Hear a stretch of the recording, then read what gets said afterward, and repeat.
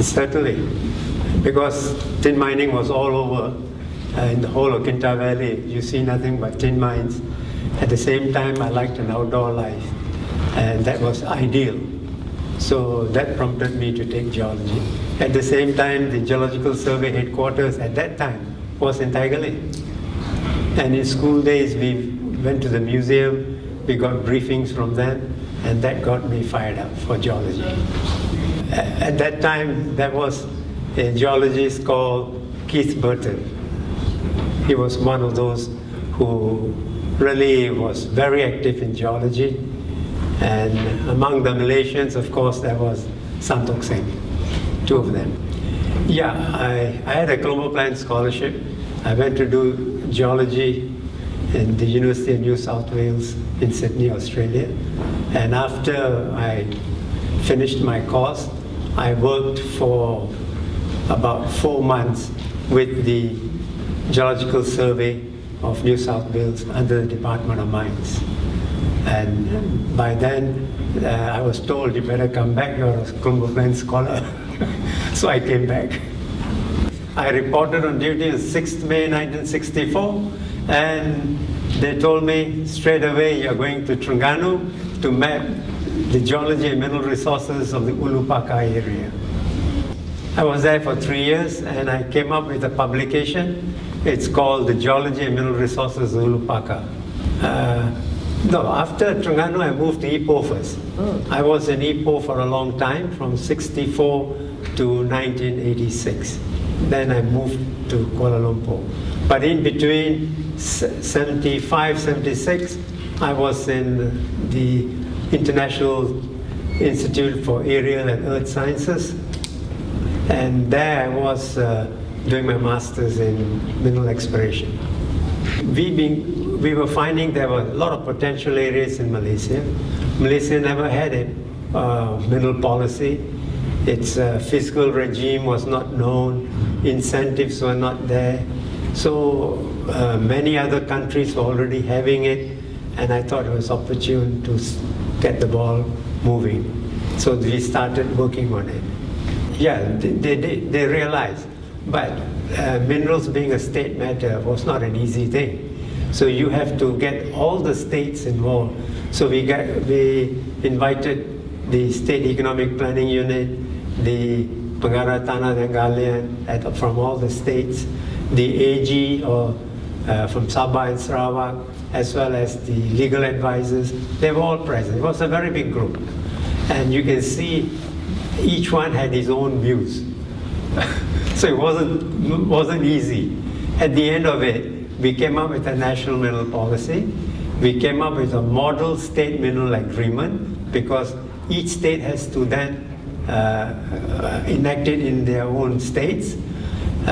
They like to make some modifications to suit their constitution. We had a Mineral Development Act that was federal, and that was passed earlier. Well, drafting the National Mineral Policy and the associated legislation was really an exciting job. It was tough, but we never gave up. And it took the states a long time before all the states adopted the National Mineral Policy. Yeah, as far as geologists, we have enough. But the supporting staff needs to be trained to do mineral exploration. We lack drillers. This one, I think now the Academy is doing some work, and we are coming up with a blueprint on manpower development. But mining engineers are in short supply, because ever since the tin mining industry went down, the engineers had to look for different jobs, and they are no more in touch with mining. But USM is producing mineral processing engineers, and we feel that we should have further courses to train mining engineers. Well, my main task initially was to revive or revitalize the rare earths industry within the country, and one way was to look at our resources. Where are the potential areas? Do we have a potential for rare earths? Of course, monazite and xanthine are the two main minerals, but they're tied up with the tin mining industry. So to revive the mineral rare earth industry means we also have to revive the tin mining industry. From our work, we also found that's potential for ionic clays, which carry heavy rare metals. And that seems to be the potential now. Although no work has been done yet to prove this, but recommendations have been made. And I think the department, JMG, the Department of Minerals and Geoscience, will be taking up this.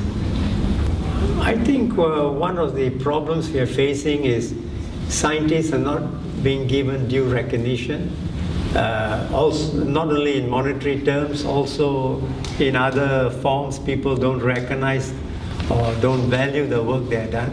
But the whole world revolves along science and technology and innovation.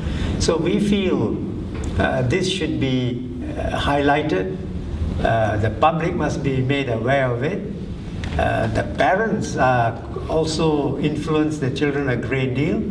They look at the earning power of people who have taken science compared to those who have taken other disciplines like accountancy, doing an MBA, economics. They seem to be better off. So I think some change has to be made. And this can only come through public awareness, then influencing the children in school by going back to school to give talks to them, the role of science, technology, and innovation in this modern world.